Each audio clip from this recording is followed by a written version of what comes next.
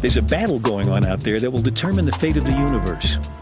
It's a battle between two great forces, one trying to pull the universe together and the other trying to push it apart. We travel to when time began to find the universe in a beach ball. Thanks for passing me the universe. We go down a mine to look for what's pulling the universe together. If you're an astronomer and someone says you don't know what 2/3 of the universe is made from, that irritates you. And we look for what's pushing it apart by searching for exploding stars. Hope I find one. I'm Alan Alda. Join me as Scientific American Frontiers ventures out into the dark side of the universe.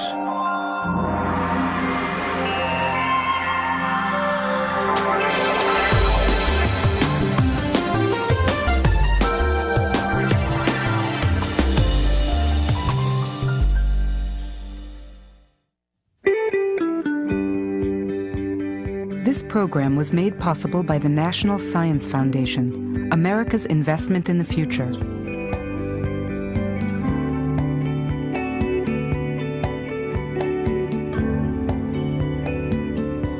And by contributions to your PBS station from viewers like you. Thank you. Once we thought our world was the center of the universe.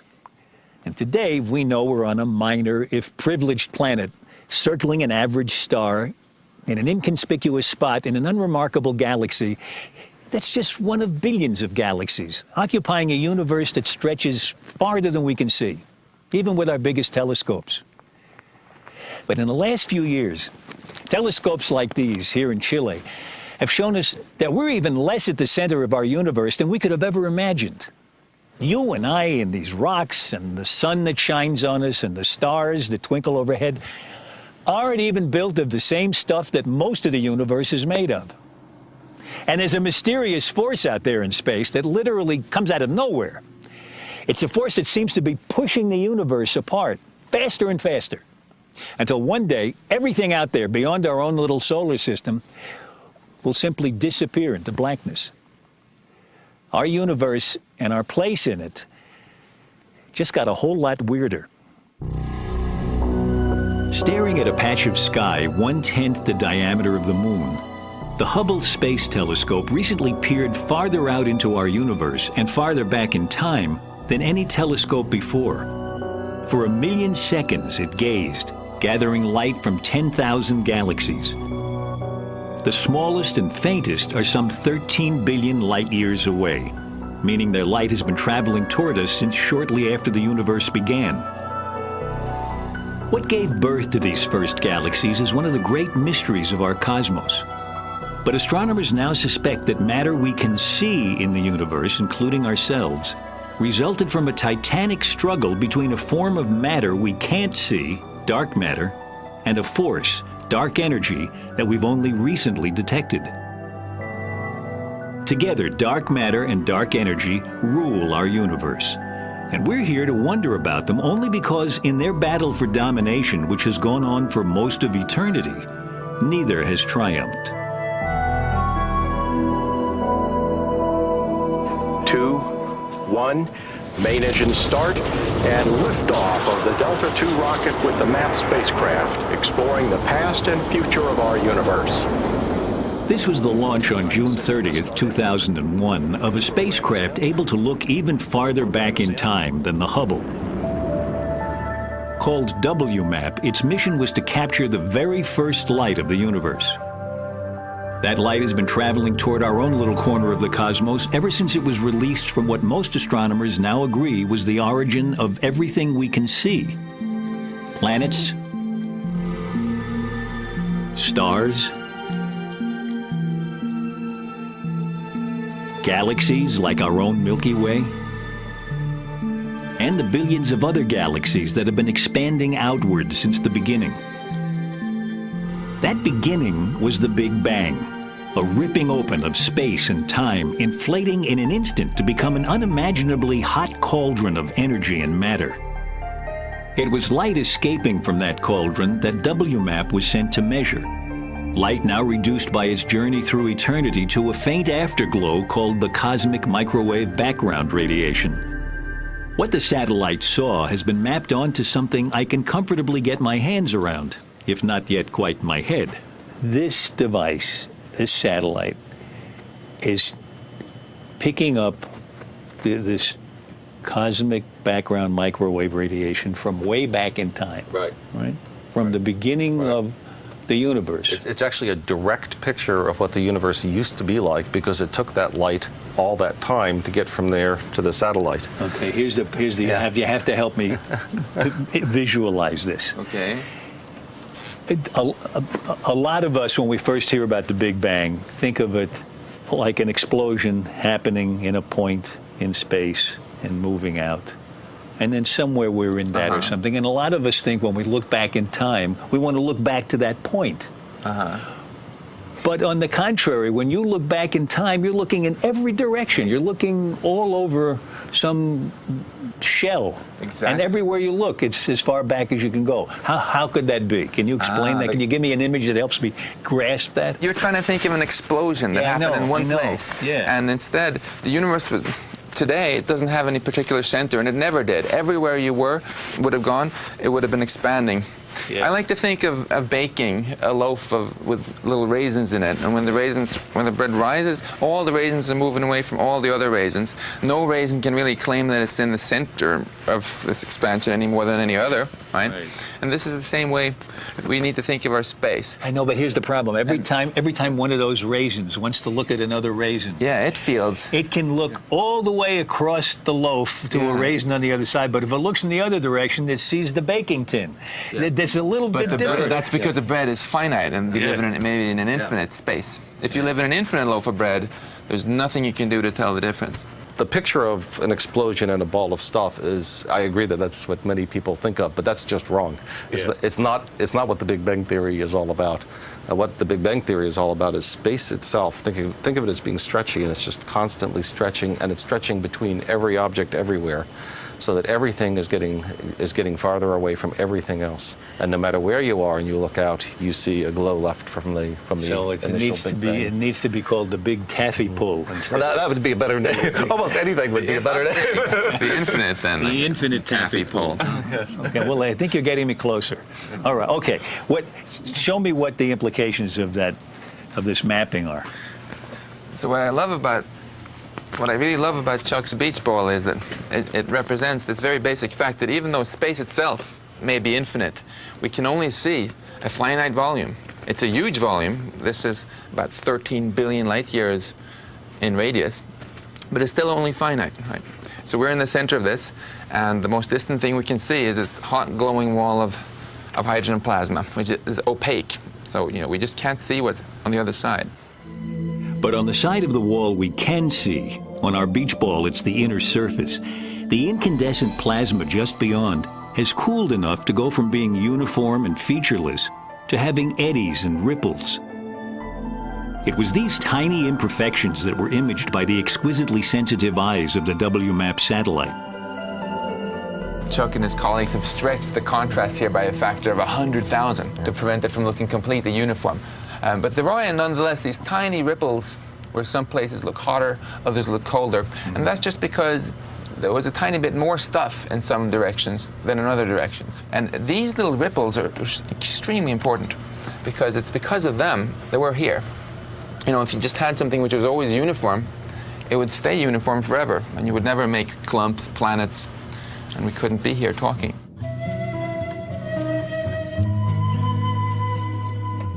To find out more about how those faint early ripples left over from the Big Bang became our universe, we've come here to the foothills of the Andes in Chile.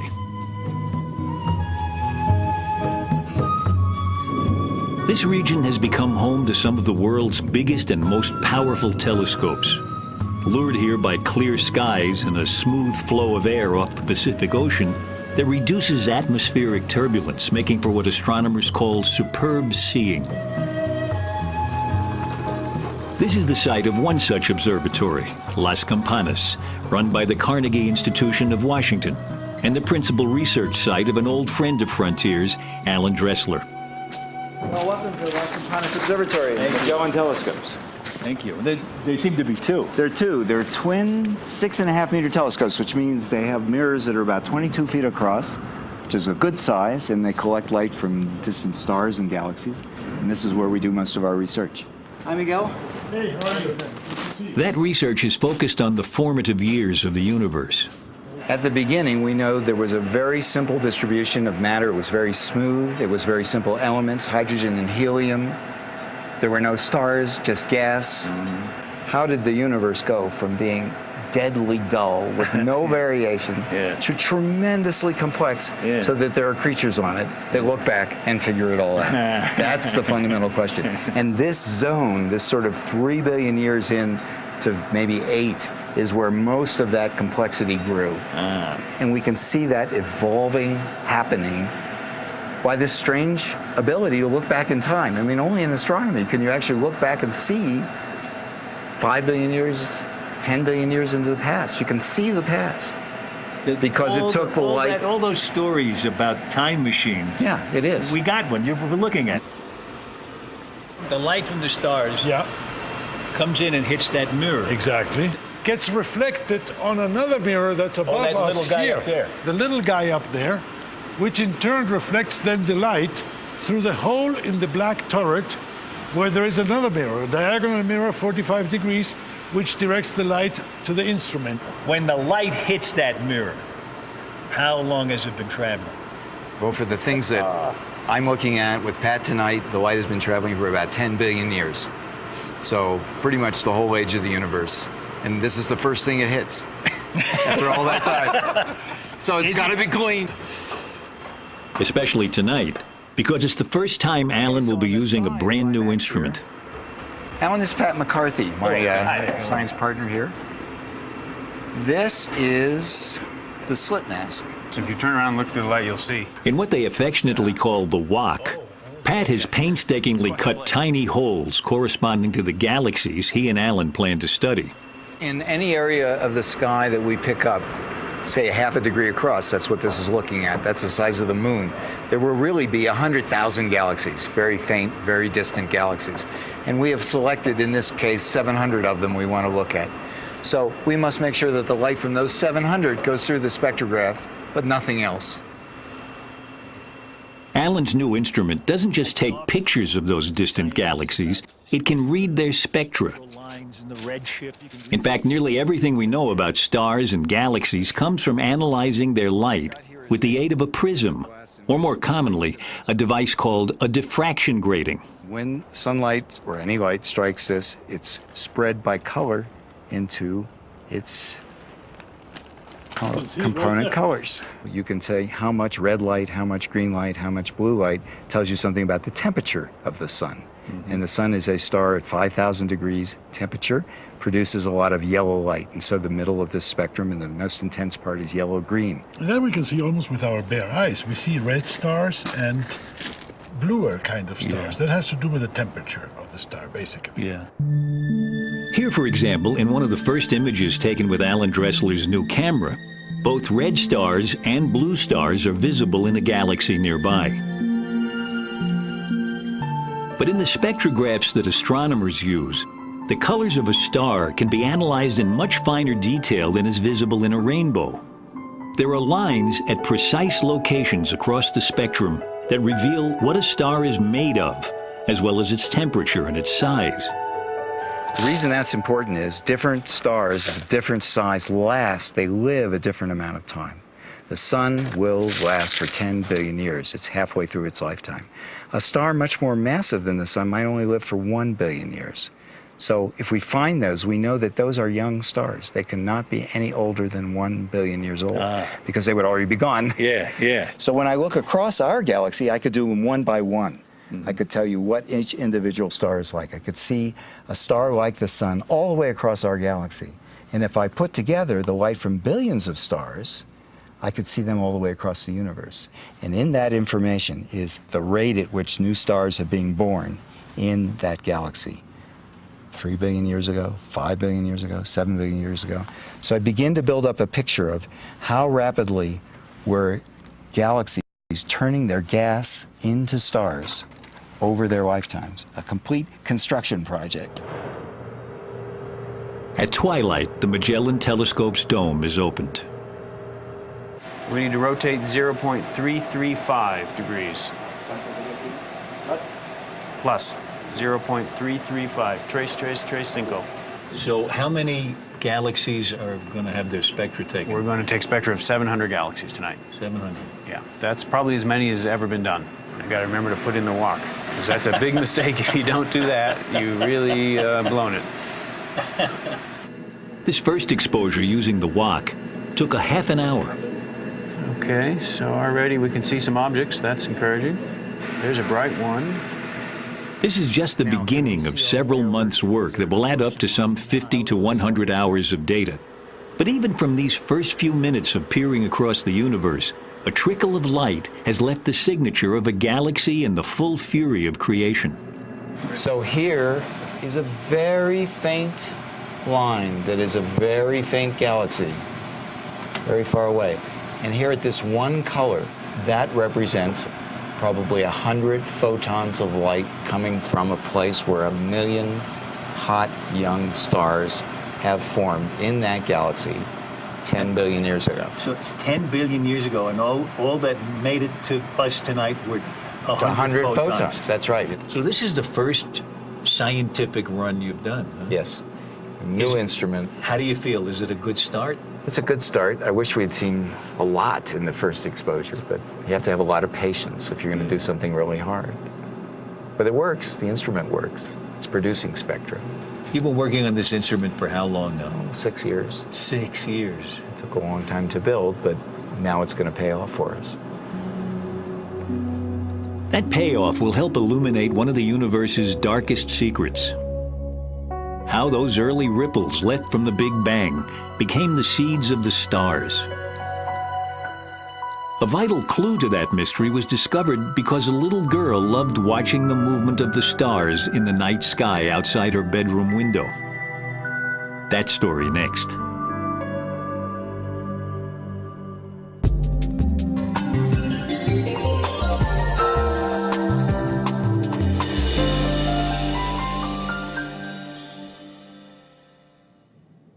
In the early 1970s, Vera Rubin was a rare young woman in the traditionally male-dominated world of astronomy.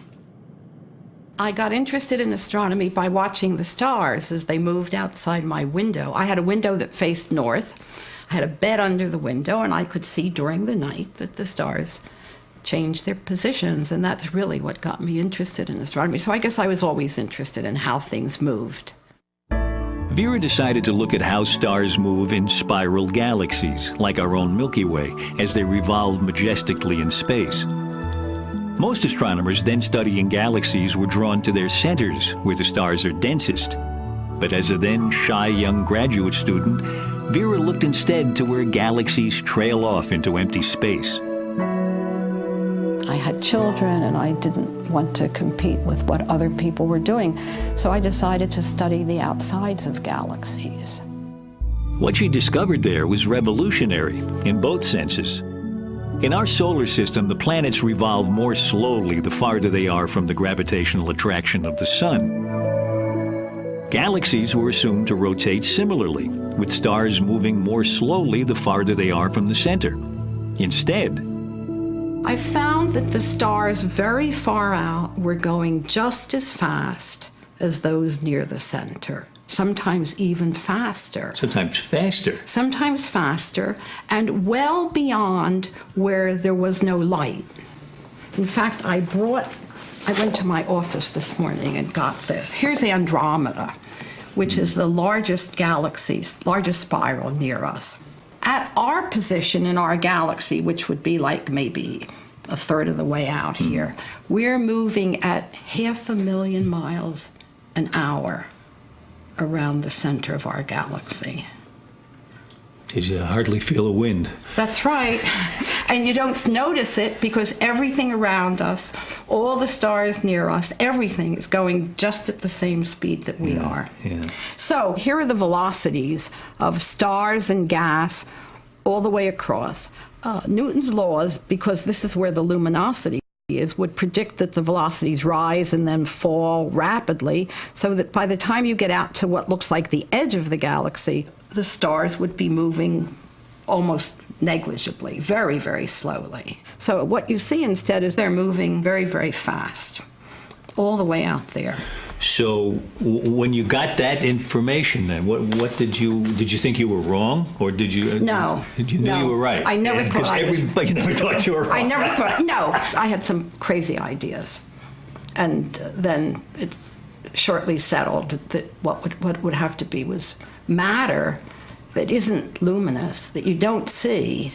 The galaxy has to extend that far out. There has to be something. There has to be matter that's gravitationally accelerating the little bit of gas that we could see. There had been hints of invisible matter in the universe before, but Vera Rubin's startling discovery confirmed it. Her observations implied, in fact, that galaxies are embedded in immense halos of dark matter, invisible to our telescopes, and yet making up most of the actual mass of each galaxy, including our own. The whole concept of dark matter is enormous. It means that when you're looking at the sky, you're only looking at a few percent of the universe, that most of the universe is invisible. To look into one of the possible sources of this invisible dark matter, we've come to California and the first mountaintop observatory ever built, the Lick Observatory, dating back to 1888. The founder is buried at the base of the telescope. Yeah. James Lick is buried at the base of the pier here. Does anybody ever think about that when you're in? I used to think about it when I was observing at the 40-inch down the end of the hall, and in the middle of the night, the wind would come, whirring through the hall, and you'd hear the clanking of the old heaters, and yeah, I was pretty sure he was coming down to visit me. The original telescope here is still used to look at planets in our own solar system. We can open up the telescope and work. But Deborah Fisher is hunting for planets well beyond its range. In fact, for planets around other stars. So this is the little collecting mirror that we're going to use tonight. The starlight will come down and hit the mirror and is reflected up through that trough, slides up there, and goes through that hole in the side of the dome. Looks like fun, right? We want our photons to have fun. So the light that we saw, the light path outside. I love these little mechanical things. That's right. Like something from Jules Verne. Exactly. But the magic part of our whole project really is this iodine cell. And now as the starlight passes through this cell, the iodine is absorbing starlight at particular wavelengths. And so finally, in the spectrum of the star, etched into the spectrum, we have a forest of iodine lines, thousands of them. And so it's essentially like a grid on our spectrum. Deborah is looking for tiny telltale shifts of a star's signature spectrum against that fixed grid of iodine lines. A shift that betrays a star's moving toward and away from us due to a planet's tugging at it. This backward and forward wobble also reveals the planet's size in orbit. The bigger the wobble of the star, the more it's doing that, the bigger the planet is going around it, and the faster it wobbles, the closer it is? That's exactly right. Yeah. Okay, so in that way you can really tell us what's there. That's right. Deborah and her colleagues have found some 70 of the over 100 planets so far discovered orbiting other suns. Most of these planets are huge and orbiting fast, making their detection easier. Deborah's team's most dramatic discovery attracted the attention of a 4th grade class in Moscow, Idaho. And when we found this system, this first star with 3 planets, they sent me a letter, Dear Dr. Fisher, we've been reading about this discovery in the newspaper, and we're doing, scale models of the solar system with paper plates, but we wondered, if you'd named the planets yet, because if you haven't, we have a suggestion. And so they said the planet that's 4 times the mass of Jupiter should be called Forpiter. and the one that's 2 times the mass of Jupiter should be called Tupiter, of course. And then the little one that just orbits every 4 days should be Dinky. So. The star that Deborah's observing tonight, she's already looked at some 200 times. And while it used to be thought an unlikely candidate to have a planet, she's now picking up the faint trace of a wobble. Planets are thought to form from disks of dust and gas that surround the sun. And it could be that many of the billions of stars out there have planets so far undetected. The fact that you're looking for planets that so far haven't been seen, mostly, is that some of the missing matter, or what? That's a good question, and that's one of the early hypotheses, was that maybe the dark matter is just planets. After all, we now believe that planets, when they form, some of the planets fall inward, but others are ejected from their solar systems. And the best way to get a handle, sort of a back-of-the-envelope calculation, is to look at stars that are forming, being born out of molecular clouds, and to imagine that all of the material in these typical disks around the stars is ejected. Let's just take that as an approximation. And then, would that be enough to make up all of the missing mass? And the answer is no, that the calculation has been done, and that it probably isn't, it's orders of magnitude too low to account for the missing matter. In fact, not only is most of the missing matter in the universe probably not the stuff that stars and planets are made of, it's probably not the stuff that anything is made of. Here on the Yorkshire coast of northern England, the search for dark matter has gone underground.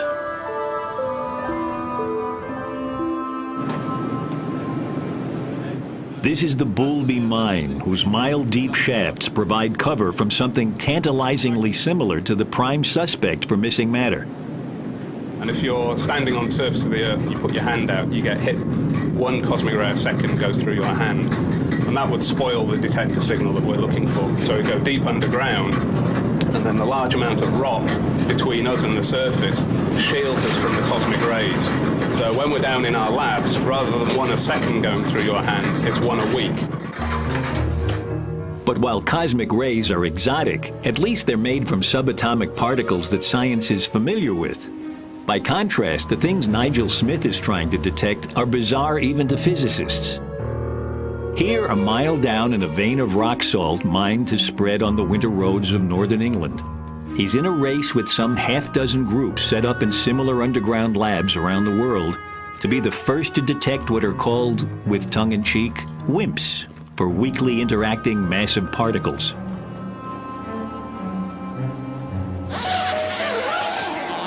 WIMPs have the apparently paradoxical property of being massive in the sense that they exert a gravitational tug, while being almost completely unable to connect with ordinary matter in any other way. In fact, to call them weakly interacting is to be generous. Most of them pass straight through the Earth and don't even notice. Most of them pass straight through the Sun and don't even notice. But every so often there's just 1 or 2 a month or a year will actually hit a nucleus head on. And that nucleus recoils, and it's that recoil that we're looking for. But the majority of the billions of WIMPs that are passing through as we stand here every second, they just stream straight through, and you never see them. This is just one of 3 different kinds of detectors here at the United Kingdom's dark matter hunt. And the research project has just constructed a large new underground facility to house them. There are other detectors in tunnels beneath the Apennine Mountains in Italy, where a joint Italian-Chinese team has been claiming evidence for WIMPs, a claim met with skepticism from their competitors. While in the United States, a new facility is being constructed in a mine in northern Minnesota. All this effort to detect a hefty ghost particle that may not even exist. For those involved in the hunt, there's no doubt that it's worth it. It's a fantastic question. If you're an astronomer and someone says you don't know what 2/3 of the universe is made from, that irritates you, right? So you want to go out there, you want to find out what it is. And astronomers aren't the only ones in the hunt, which is why I find myself driving a golf cart through the longest building in the world, the Stanford Linear Accelerator in California. I'm following the track of a subatomic particle as it's accelerated during its 2-mile trip to a speed approaching the speed of light. Eventually, the beam of particles will be divided and spun around a couple of loops before crashing head-on into particles coming in the opposite direction and smashing into smithereens. We're visiting the collision point, appropriately, with both a particle physicist and an astronomer. The beam of particles will come down here and go through that pipe. And then you hope that an electron and a positron will meet, annihilate, and new particles will be born. It's from collisions like this that scientists have built up their picture of the fundamental particles of matter in what they like to call the Standard Model. But for the Standard Model to work, physicists have been forced to invent a strange mirror world in which the known particles have ghostly cousins called supersymmetric particles. This extra set of particles we haven't discovered yet, but they're our best candidate. We think it's the smoking gun for the dark matter out there. So you and I aren't made of these supersymmetric particles, but the dark matter that's controlling a lot of what's happening in our universe is made of these supersymmetric particles. That's the best theory. That's our best guess at this point. Now, this is interesting.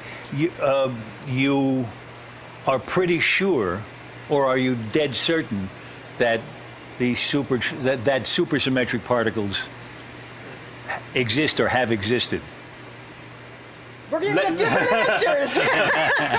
Less than pretty sure, but this were a horse race. This is the one I'd be putting my money on. It is thought that supersymmetric particles are all over the universe? They're out there. Yeah. Yes. And how did they get started? Where do they come from?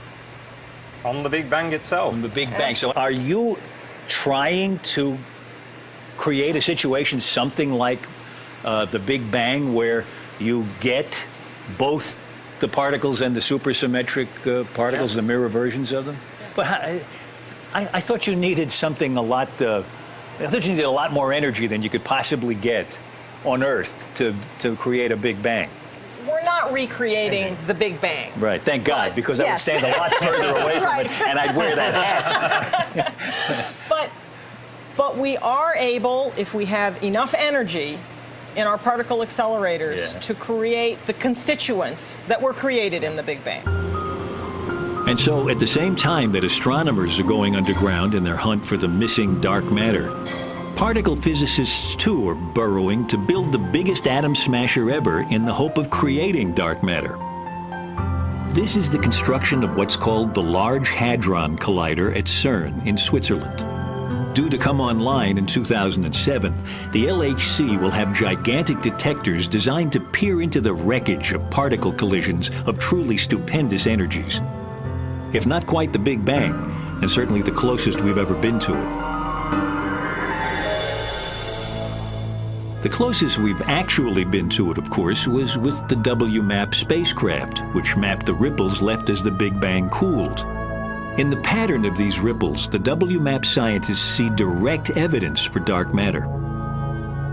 You only get this if you have about 6 times more dark matter than all atoms combined. What we did is we generated literally tens of millions of possible universes on the computer, and we compared them with our measurement of the real universe that we have. And I think of it as like matching fingerprints. So this is the actual fingerprint of the real suspect, and we have a mug book of fingerprints, and we match them up, and we pick out the right suspect that way. And as Max described, that the right suspect has this substantial amount of dark matter in it.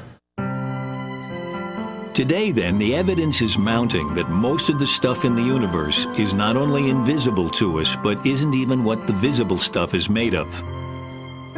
But to astronomers like Alan Dressler, looking back in time to see how the universe began, dark matter is more than just astonishing.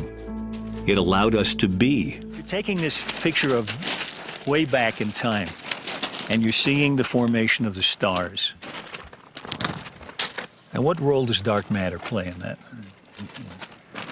It's very important to see how galaxies form, but they couldn't have formed, we now believe, without the dark matter, because there wasn't enough gravity and all this kind of material that we're made of to coalesce and make stars. And that's where the dark matter played the pivotal role. It actually held this, what we call baryonic normal matter, together and allowed it to begin to concentrate and to cool and then make stars. So that transition from, already there were these sort of wells, these places where gravity was strong, and all those atoms suddenly said, oh, there's gravity here from this dark matter, and they headed in that direction. So they fell into those little wells of gravity that have been growing since the Big Bang. But if dark matter's gravitational hug was indispensable to our universe's birth, we now know that from the start it's been opposed by an anti-gravity force that might, if things had turned out just a little bit differently, have overwhelmed it, and instead blown the infant universe apart. That story next.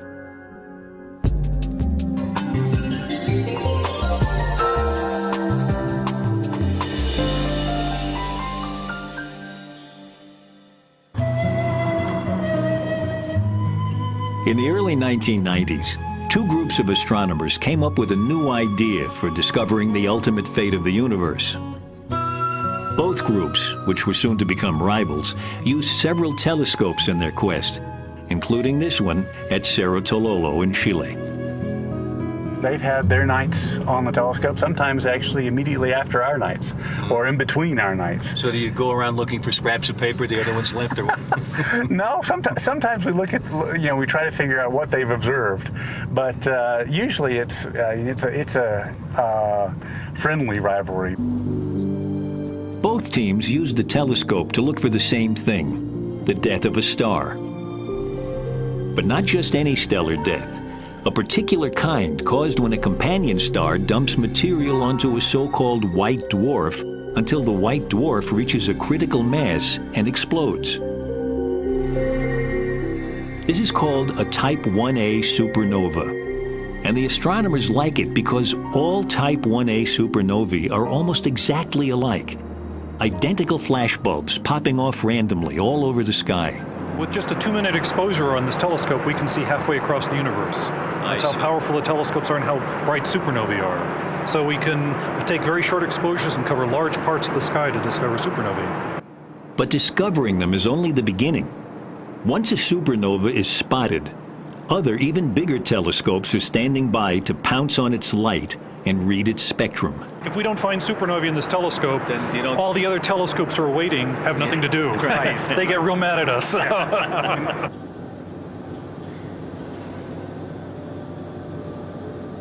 Is this the first time you're observing in this test?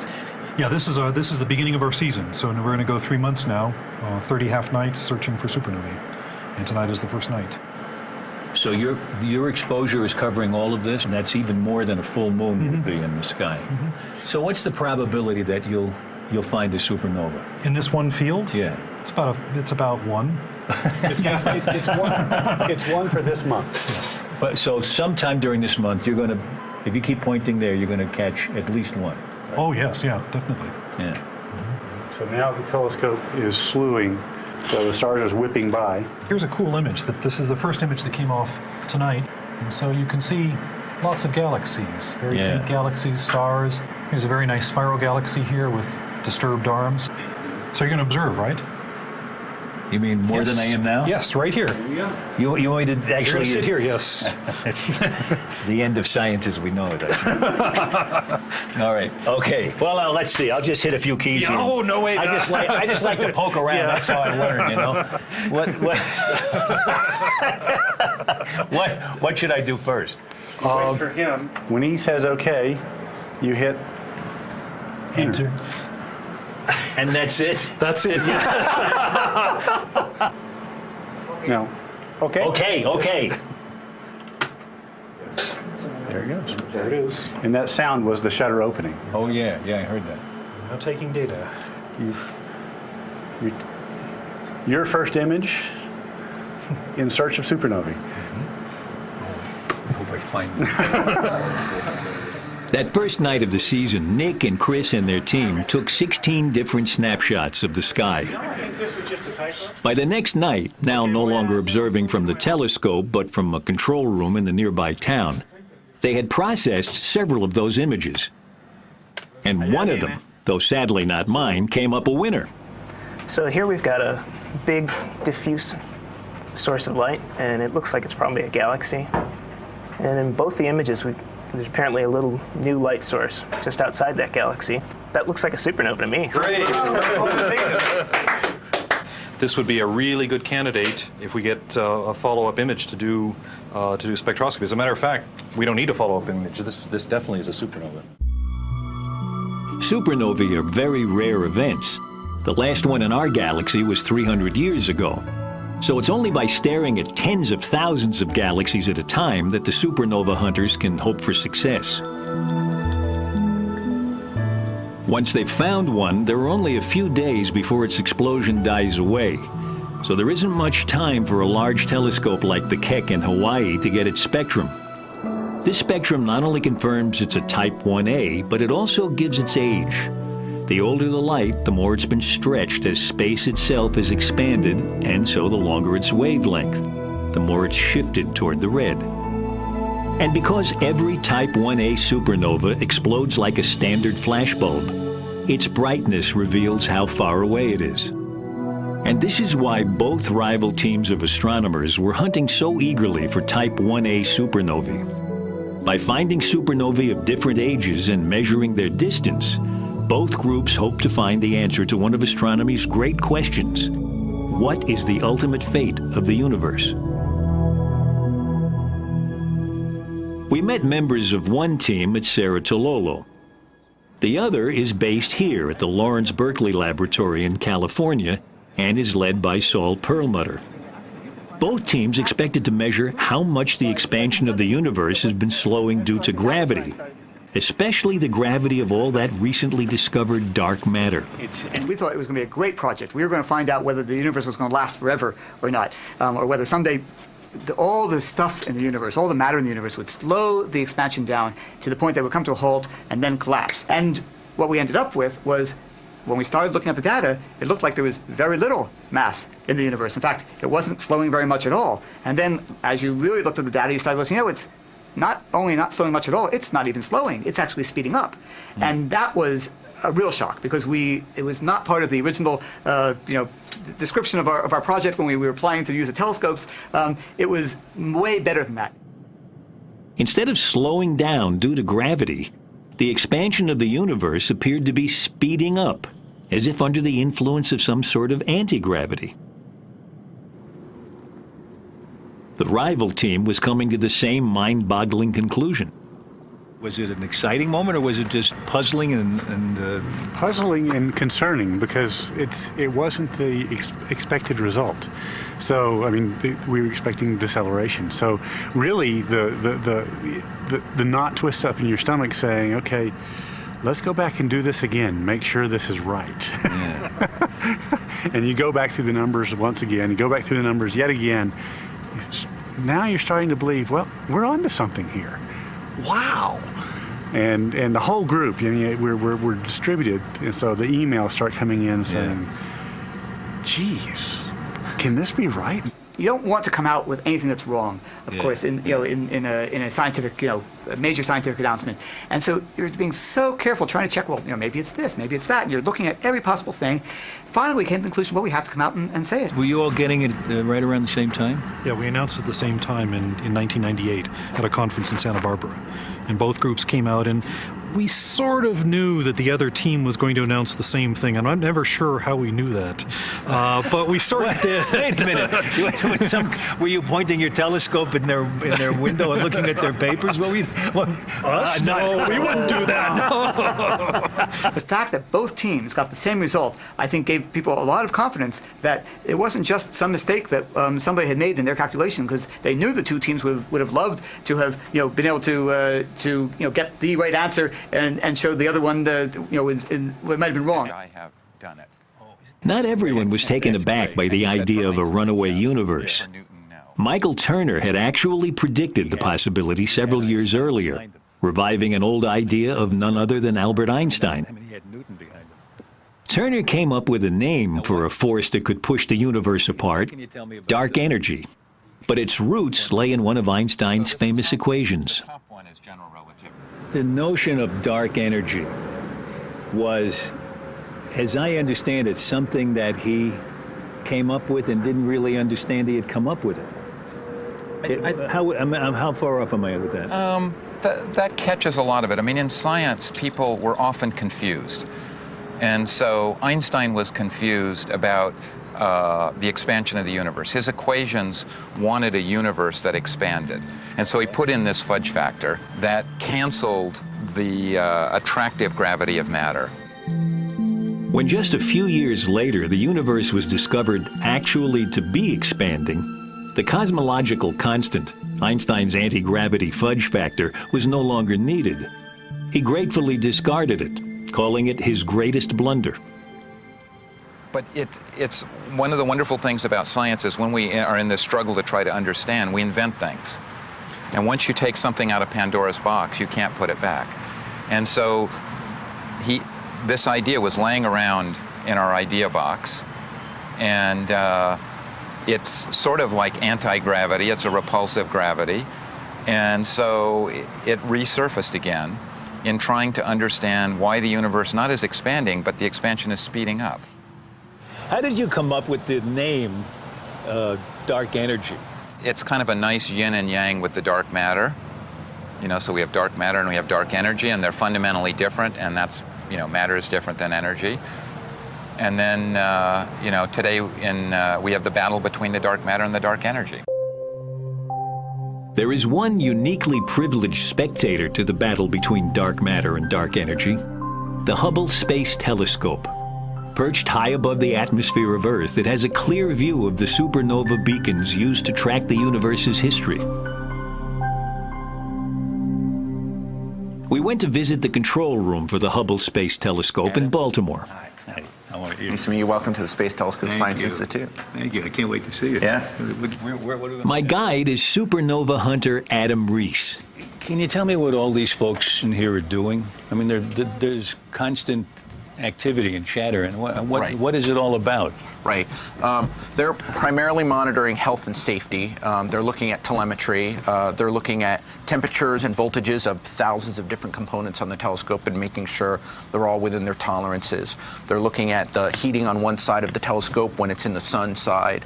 About once a week, we upload a whole week's worth of observations of what's supposed to be done that week to the telescope. And so if we find a supernova, for example, we usually have to find it by Tuesday, because Tuesday is the special day when they build the calendar for the next week. It's sort of funny. The light's been traveling for 11 billion years. It finally arrives, and it's got to arrive by Tuesday. In March 2002, the Space Shuttle Columbia, on what was to turn out to be its last completed mission, installed a new camera on the Hubble, the Advanced Camera for Surveys. This camera is much more sensitive to light, and it also has more area, so I have a better chance of finding a supernova every time I take an image in the sky. Adam's plan was to look back with the new camera to supernovae exploding when the universe was young. He found some half-dozen ranging in age back to 11 billion years ago. His hope was to find out if the universe has always been pushed apart by dark energy, or if it once had been reined in by the gravitational pull of dark matter. We have roughly... Adam Reese works closely with Mario Livio. Adam observes the universe. Mario comes up with theories about it. Basically, you have the universe behaving something like this. At first, it is expanding against gravity, so think of it as if it's held back by some sort of a spring. But it's getting bigger and bigger and bigger over millions, billions of years. That's right. That's right. And then at some point, it's about 5 billion years ago, we think, it stops slowing down, and instead of collapsing, that's what we would expect it to do, get that big and then come back, right? Well, even if not come back, but at least go slower and slower and slower. Right. Instead, it suddenly starts going faster and faster and faster. And you found out when it started going faster and faster? That's right. We actually witnessed the transition from the more recent accelerated expansion to the earlier slowing expansion. This turning point in the history of the universe came at about 5 billion years ago, when dark matter began losing its gravitational pull against dark energy's inexorable push. You know, gravity decreases in proportion to distance. You know, if you double the distance, gravity becomes 4 times weaker. Right. This force that you get from the dark energy, when you make double the distance, the force becomes twice larger. Oh yeah, yeah. We think it's a property actually of the vacuum, and so when there's more vacuum between you and a distant galaxy, there's more of this dark energy. So there there is a factor of an increase in the amount of dark energy that has a factor on the speed. Yes, that's right. It's a little bit like a built-in spring in the vacuum, and as something gets further away, there are more and more of these springs connected, and it's harder to compress. In fact, they're pushing more and more, and so the bigger the universe gets, dark matter is losing its pull on the universe. Dark energy is gaining its push. It's always been there, right? The question that's now obsessing astronomers, including Michael Turner, is what dark energy might be. So we just don't know what it is. If it is the, like Einstein's cosmological constant, then it's just the energy of nothing. And according to quantum mechanics, nothing is not nothing. It's full of particles that are living on borrowed time and borrowed energy.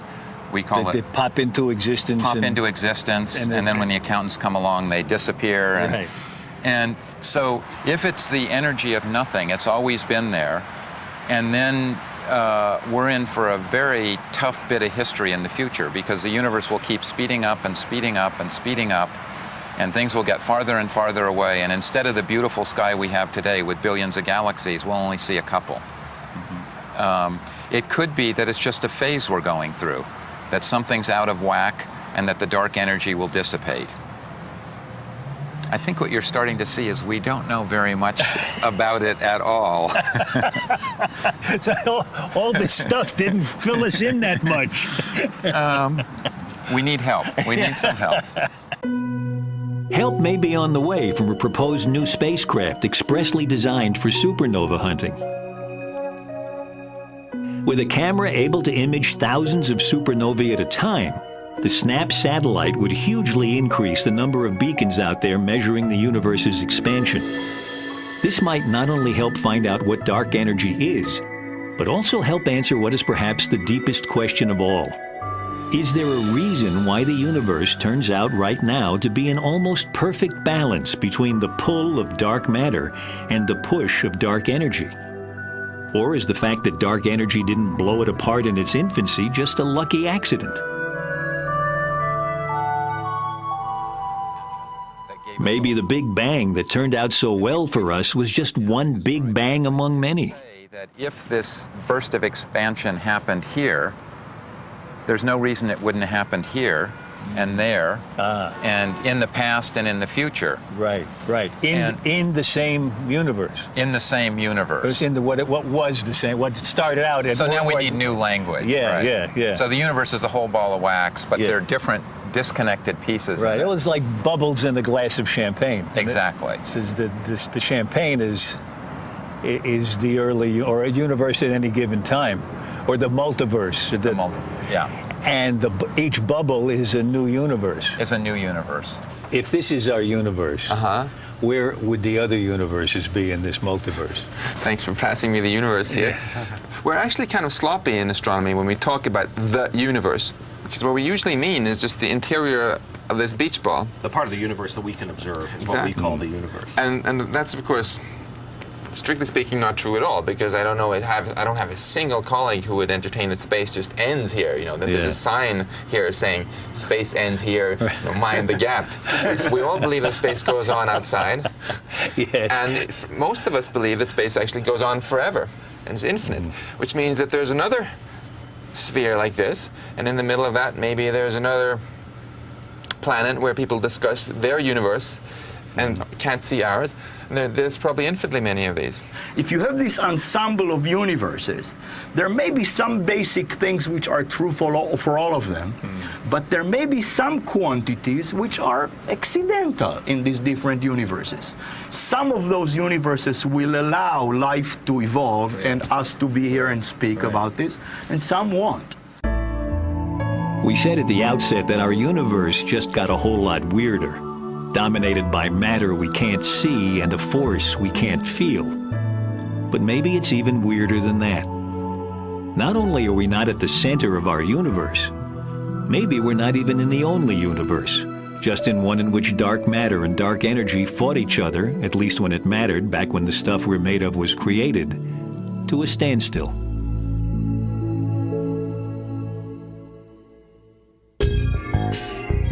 Come visit us at PBS Online. Scientific American Frontiers can be found on the World Wide Web at pbs.org.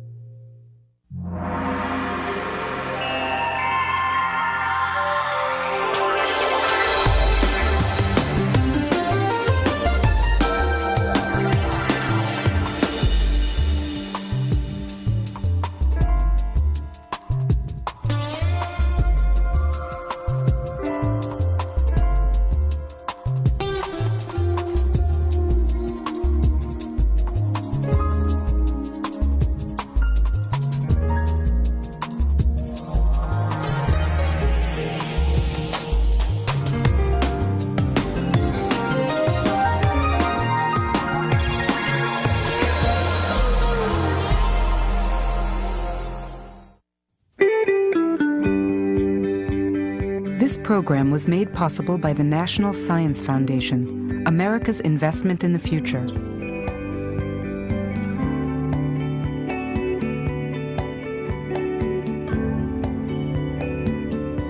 And by contributions to your PBS station from viewers like you.